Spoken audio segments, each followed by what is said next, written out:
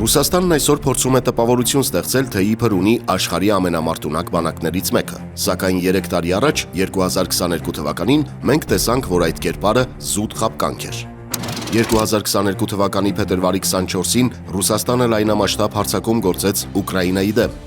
Կրեմլի ողջ քարոզչամեքենան պատերազմի առաջին ժամերին ցնծում ու խոսում էր այն մասին, որ ահա Ուկրաինան փլուզվել է, իսկ ռուսական զորքերը մի քանի օրից արդեն կհասնեն Կիև ու մի լավ շքերթ կանեն ուկրաինական մայրաքաղաքի կենտրոնական փողոցում։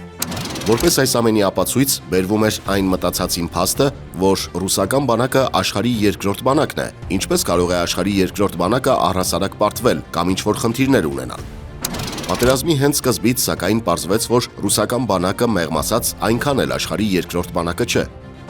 Հարձակման հենց առաջին օրերին հայտնվեցին սարսափելի տեսանյութեր ուկրաինական ճանապարհներին խոցված ռուսական զինտեխնիկայի կիլոմետրանոց չարասյունների մասին։ Իսկ արդեն շաբաթներ անց Ռուսաստանը ստիպված եղավ մի կերպ դուրս քաշել զորքերը ոչ միայն Կիևի մոտակայքից, այլև Ուկրաինայի ողջ հյուսիսից։ Պատերազմի առաջին տարում ուկրաինացիները դուրս մղեցին ռուսներին նաև Խարկովի շրջանի մեծ մասից եւ ազատագրեցին Խերսոն քաղաքը։ Երկրորդ տարում, սակայն, ռուս-ուկրաինական շփման գիծը քիչ թե շատ կայունացավ եւ Ռուսաստանը ներքաշեց ինքն իրեն եւ Ուկրաինային երկրորդ համաշխարհային պատերազմից ի վեր ամենածանր դիրքային մարտերի մեջ, որտեղ ամենօրյա ռեժիմով հարյուրավոր մարդիկ են զոհվում։ Իսկ երրորդ տարում արդեն Ուկրաինան մտավ Ռուսաստանի տարածք եւ գրավեց 82 բնակավայր։ Ռուսական բանակին 10 ամիս պահանջվեց, որ հետ վերցնի իր տարածքի այդ 82 բնակավայրերը։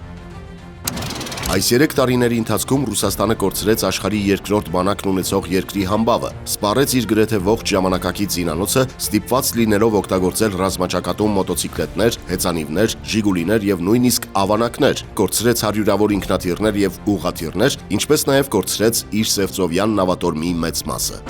Այս 3 տարին ցույց տվեցին, որ Ռուսաստանի հզորության մասին պատկերացումները տասնապատիկ ավելին էին, քան այդ հզորությունն իրականում։ Իրազեկ քաղաքացիների միավորում։